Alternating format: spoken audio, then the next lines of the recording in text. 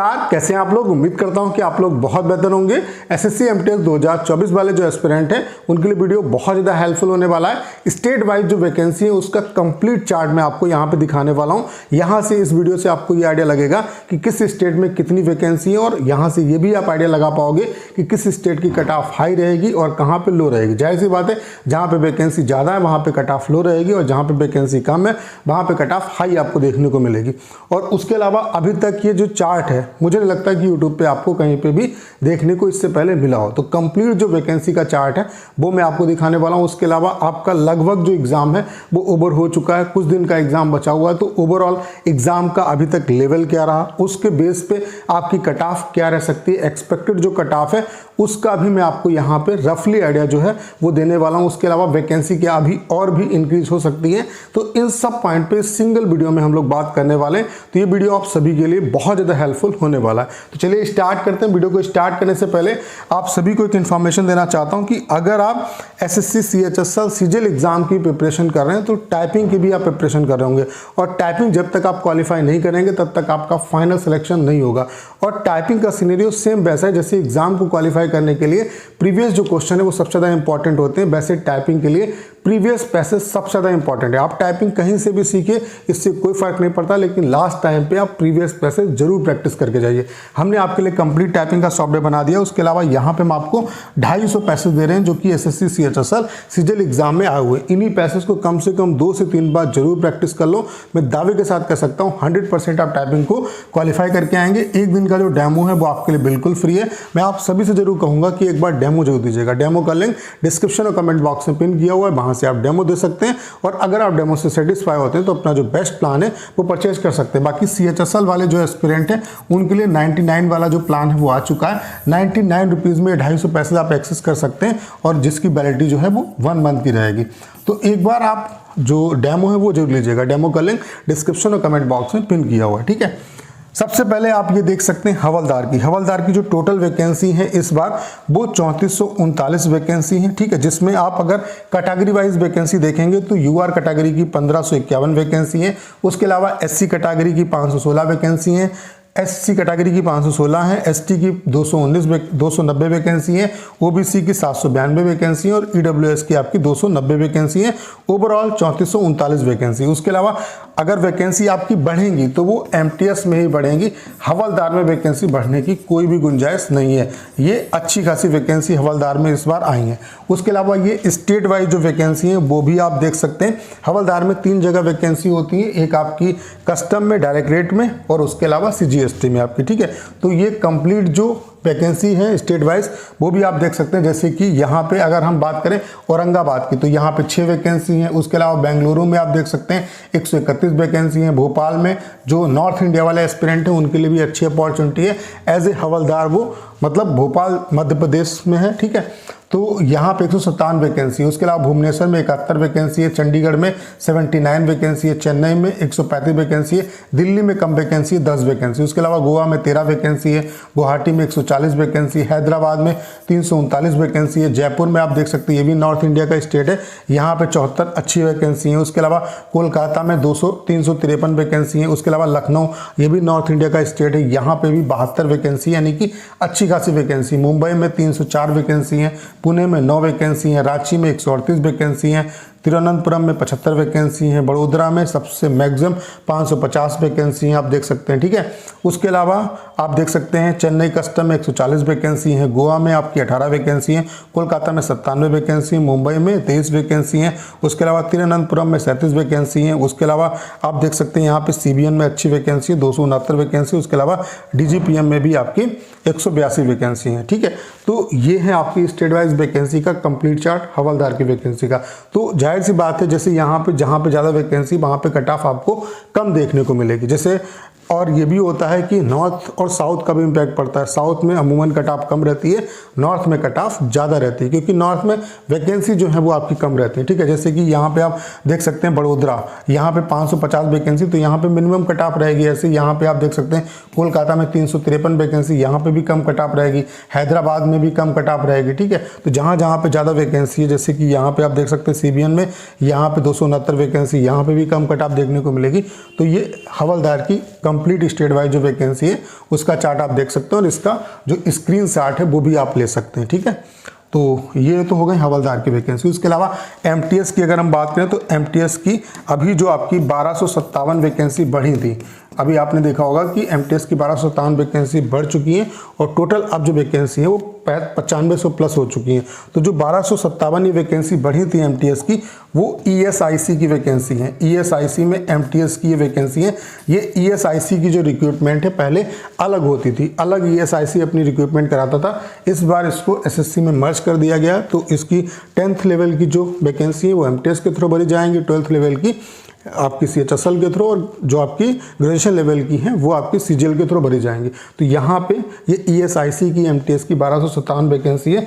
ये कंप्लीट आप state wise vacancy देख सकते हैं, कैटेगरी वाइज वैकेंसी देख सकते हैं। जैसे कि यूआर की अगर हम बात करें तो 552 वैकेंसी है, एससी की बात करें तो 163 वैकेंसी है, एसटी की बात करें तो 101 वैकेंसी है, ओबीसी की बात करें तो 298 वैकेंसी है, ईडब्ल्यूएस की बात करें तो 143 वैकेंसी है, ओवरऑल 1297 वैकेंसी है, ठीक है।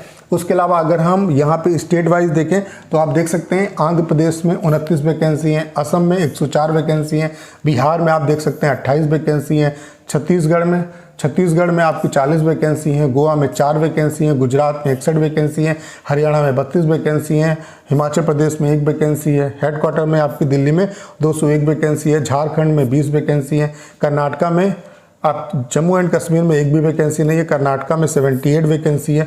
उसके अलावा केरला में 36 वैकेंसी है, महाराष्ट्र में आपकी 116 वैकेंसी है, मध्य प्रदेश यहाँ पर भी अच्छी वैकेंसी 34 वैकेंसी, उड़ीसा में 35 वैकेंसी है, पुदुचेरी में 9 वैकेंसी है, पंजाब में 39 वैकेंसी है, ऐसे ही देख सकते हैं राजस्थान में 44 अच्छी वैकेंसी है, तमिलनाडु में देख सकते हैं 132 वैकेंसी है, तेलंगाना में 43 वैकेंसी, उत्तराखंड में आपकी 12 वैकेंसी, उत्तराखंड में 12 वैकेंसी, उत्तर प्रदेश में 14 वैकेंसी और वेस्ट बंगाल में 145 मैक्सिमम वैकेंसी वेस्ट बंगाल में। उसके अलावा यहाँ पे आपकी महाराष्ट्र में अच्छी वैकेंसी। तो ये आप ईएसआईसी की देख सकते हैं स्टेट वाइज वैकेंसी कितनी है किसी स्टेट में।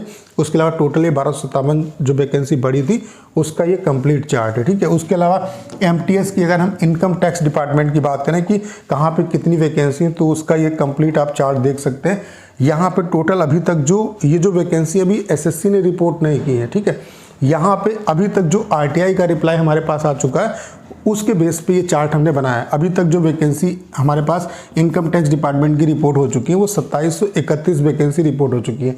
अभी ये वैकेंसी और भी बढ़ने की संभावना, और वैकेंसी अगर बढ़ेंगी तो यहीं पे बढ़ेंगी और यहाँ पे बढ़ने की बहुत ज़्यादा उम्मीद है, क्योंकि आपने देखा होगा अभी कि हर जगह वैकेंसी बढ़ रही है। सीपीएम में वैकेंसी बढ़ी, ठीक है, सीएचएसएल में वैकेंसी बढ़ी, सीजीएल में भी उम्मीदें बढ़ेंगी और उसके अलावा यहाँ पर भी वैकेंसी बढ़ सकती है और बढ़ेंगी तो यहीं पे आपकी बढ़ेंगी, ठीक है। तो यहाँ पे अभी तक जो वैकेंसी रिपोर्ट हुई है वो 2731 वैकेंसी रिपोर्ट हुई है। उसके अलावा अभी 1-2 जोन बचे हुए हैं जिनकी वैकेंसी अभी रिपोर्ट नहीं हुई है। उसके अलावा ये वैकेंसी अभी रिवाइज्ड भी हो सकती है, ठीक है। तो जो अभी ये आपको वैकेंसी दिख रही है हो सकता है यहाँ पे और भी वैकेंसी थोड़ी बहुत बढ़े, ठीक है।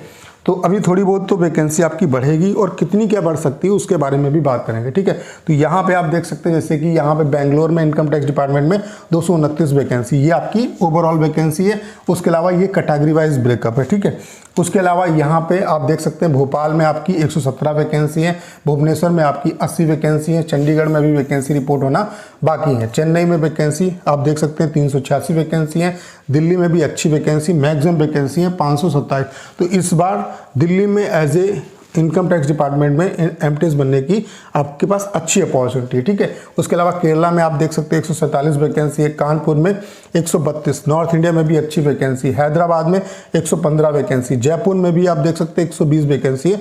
तो नॉर्थ इंडिया में भी इस बार अच्छी वैकेंसी आई है, ठीक है। कोलकाता में आप देख सकते हैं 147 वैकेंसी, लखनऊ में आप देख सकते हैं यहाँ पे 84 वैकेंसी है, ठीक है। लखनऊ में आपकी 84 वैकेंसी है और यहाँ पे जयपुर में 120 वैकेंसी थी, मुंबई में, तो लखनऊ में भी अच्छी वैकेंसी, ये भी नॉर्थ इंडिया का स्टेट है। मुंबई में आप देख सकते हैं 101 वैकेंसी, तो मुंबई में भी वैकेंसी और भी बढ़ने की संभावना है, वैकेंसी बढ़ेगी, ठीक है। रांची में आप देख सकते हैं 17 वैकेंसी है, नागपुर में 8 वैकेंसी है, अहमदाबाद में 261 वैकेंसी है, पुणे में आपकी 260 वैकेंसी। ओवरऑल अभी तक हमारे पास इतनी वैकेंसी आ चुकी है, ठीक है।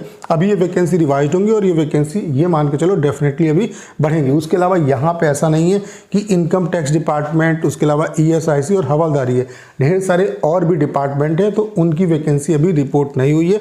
और जो वैकेंसी आरटीआई के थ्रू आती है वो सारी मैंने आपको बता दी, और जितनी वैकेंसी उनका मैक्सिमम का आरटीआई के थ्रू रिप्लाई नहीं मिल पाता है, ठीक है। तो जितनी वैकेंसी अभी तक हमारे पास आई है वो मैंने आपको दिखा दी, जैसे कि ये इनकम टैक्स डिपार्टमेंट की, उसके अलावा ये ईएसआईसी की एमटीएस की वैकेंसी, उसके अलावा ये हवलदार की वैकेंसी, बाकी ढेर सारे और भी डिपार्टमेंट है वहाँ पर भी वैकेंसी आएगी, ठीक है। तो कहने का मतलब ये है कि अच्छी खासी जो वैकेंसी इस बार है, टोटल अगर वैकेंसी की बात की जाए तो अभी तक जो वैकेंसी हो चुकी है आपकी वो 9583 वैकेंसी हो चुकी, और ये वैकेंसी अभी अब ढेर सारे बच्चे जो हैं उनके दिमाग में ये डाउट है कि क्या वैकेंसी बढ़ेगी, तो बहुत ज़्यादा बढ़ने की संभावना नहीं है। अगर बढ़ेगी वैकेंसी तो आप ये मान के चलो 10,000 तक की वैकेंसी जा सकती है, इससे ज़्यादा ये नहीं बढ़ेगी। और अगर बढ़ेगी वैकेंसी तो वो इनकम टैक्स डिपार्टमेंट में ही बढ़ेगी, तो थोड़ी बहुत वैकेंसी बढ़ने की संभावना है। बाकी बहुत ज़्यादा वैकेंसी आप ये कहो कि 15,000 हो जाए, 16,000 हो जाए, तो ऐसा नहीं होगा। वैकेंसी 10,000 तक पहुँच सकती है, यानी कि 200-400 वैकेंसी अभी बढ़ सकती हैं आपकी, ठीक है। तो आपको आंसर मिल गया होगा कि वैकेंसी बढ़ेंगी या नहीं बढ़ेंगी, ठीक है। उसके अलावा अगर हम बात करें एग्ज़ाम के लेवल की कि एग्ज़ाम का लेवल कैसा रहा, तो अभी तक जितना भी पेपर हुआ लगभग आपका एग्ज़ाम हो चुका है, कुछ दिनों का आपका एग्ज़ाम बचा हुआ है। तो अभी तक अगर एग्ज़ाम के लेवल की बात की जाए तो एग्ज़ाम का जो लेवल है उसे हम मॉडरेट टू हार्ड ही कहेंगे।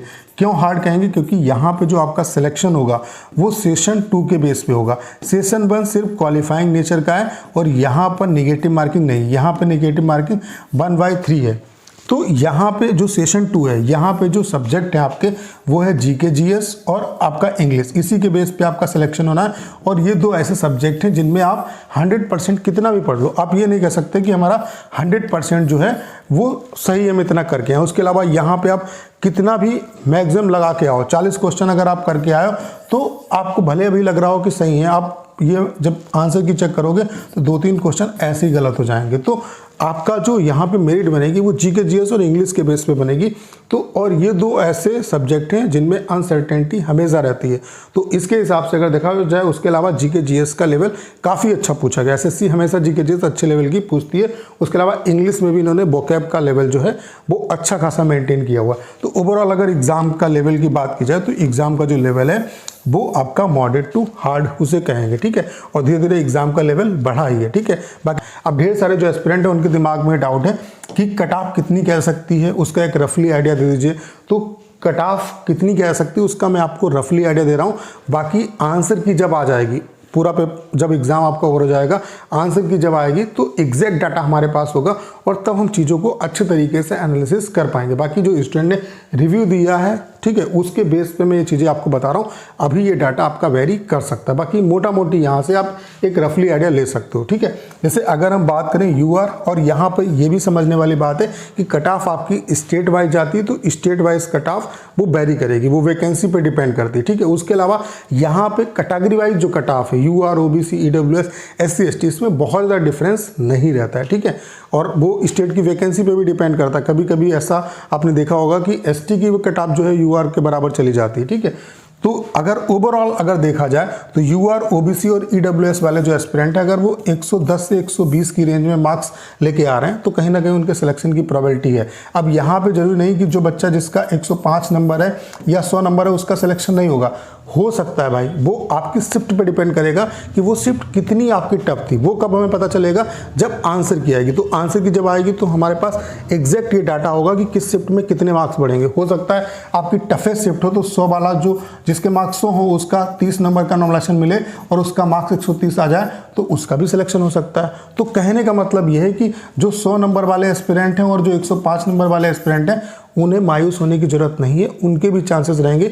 ये डिपेंड करेगा कि आपकी शिफ्ट कौन सी है, ठीक है। बाकी यहाँ पे आप एक रफली आइडिया ले सकते हैं कि 110 से 120 की रेंज में अगर आप आ रहे हैं तो आपके सिलेक्शन की प्रोबेबिलिटी रहेगी। बाकी अगर ओवरऑल अगर देखें तो जो बच्चे 100 प्लस जा रहे हैं किसी भी कैटेगरी से तो कहीं ना कहीं उनके सिलेक्शन की पॉसिबिलिटी है। बाकी आंसर की जब आएगी तो उसका हम डिटेल में एनालिसिस करेंगे। बाकी एससी एसटी कैटेगरी से अगर हम बात करें तो 105 से 115 की रेंज में अगर आपके मार्क्स बने तो आपके प्रोबेबिलिटी रहेगी। अगर आफ्टर नॉमिनेशन बात करें तो यूआर, ओबीसी और ईडब्ल्यूएस वाले जो एस्पिरेंट हैं, नॉमिनेशन का फैक्टर ऐड करने के बाद अगर आप 120 या उससे ऊपर जा रहे हो तो सिलेक्शन की पॉसिबिलिटी बहुत ज़्यादा है। उसके अलावा एससी एसटी कैटेगरी में अगर आप आफ्टर नॉमिनेशन का फैक्टर ऐड करने के बाद अगर आप 115 या उससे ऊपर जा रहे हो तो आपके सिलेक्शन की पॉसिबिलिटी रहेगी।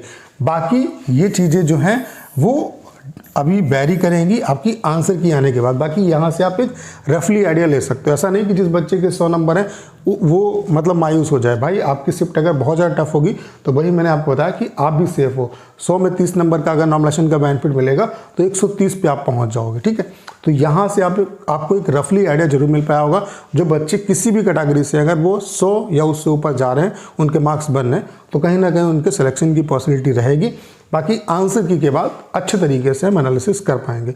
तो उम्मीद करता हूँ कि इस वीडियो से बहुत कुछ आप सीख पाए होंगे, कई ढेर सारी इन्फॉर्मेशन आपको मिल पाए होंगे। उसके अलावा स्टेट वाइज वैकेंसी मैंने जो अभी तक डाटा है वो मैंने सारा आपको दिखा दिया, ठीक है।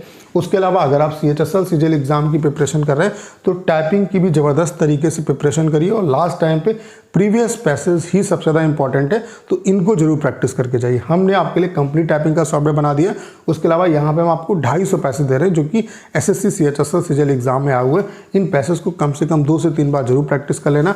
मैं दावे के साथ कह सकता हूँ 100% आप टाइपिंग को क्वालिफाई करके आएंगे। एक दिन का डेमो बिल्कुल फ्री है। डेमो का लिंक डिस्क्रिप्शन और कमेंट बॉक्स में पिन किया हुआ है, वहाँ से आप डेमो दे सकते हैं। और अगर आप डेमो से सेटिस्फाई होते हैं तो अपना जो बेस्ट प्लान है वो परचेज कर सकते हैं। बाकी CHSL वाले जो एस्पिरेंट हैं उनके लिए 99 वाला ऑफर आ चुका है, तो इस ऑफर का फायदा उठा सकते हैं। बाकी डेमो सबके लिए फ्री है, तो डेमो जरूर दीजिएगा। डेमो का लिंक डिस्क्रिप्शन और कमेंट बॉक्स में पिन किया हुआ। उम्मीद करता हूँ सारी जानकारी आप बहुत अच्छे तरीके से समझ पाए होंगे। करना क्या है, इस वीडियो को शेयर करना है। उसके अलावा अगर आप चैनल पर नए हैं और आपने अभी तक इसे सब्सक्राइब नहीं किया है तो प्लीज़ चैनल को सब्सक्राइब करना मत भूलेगा।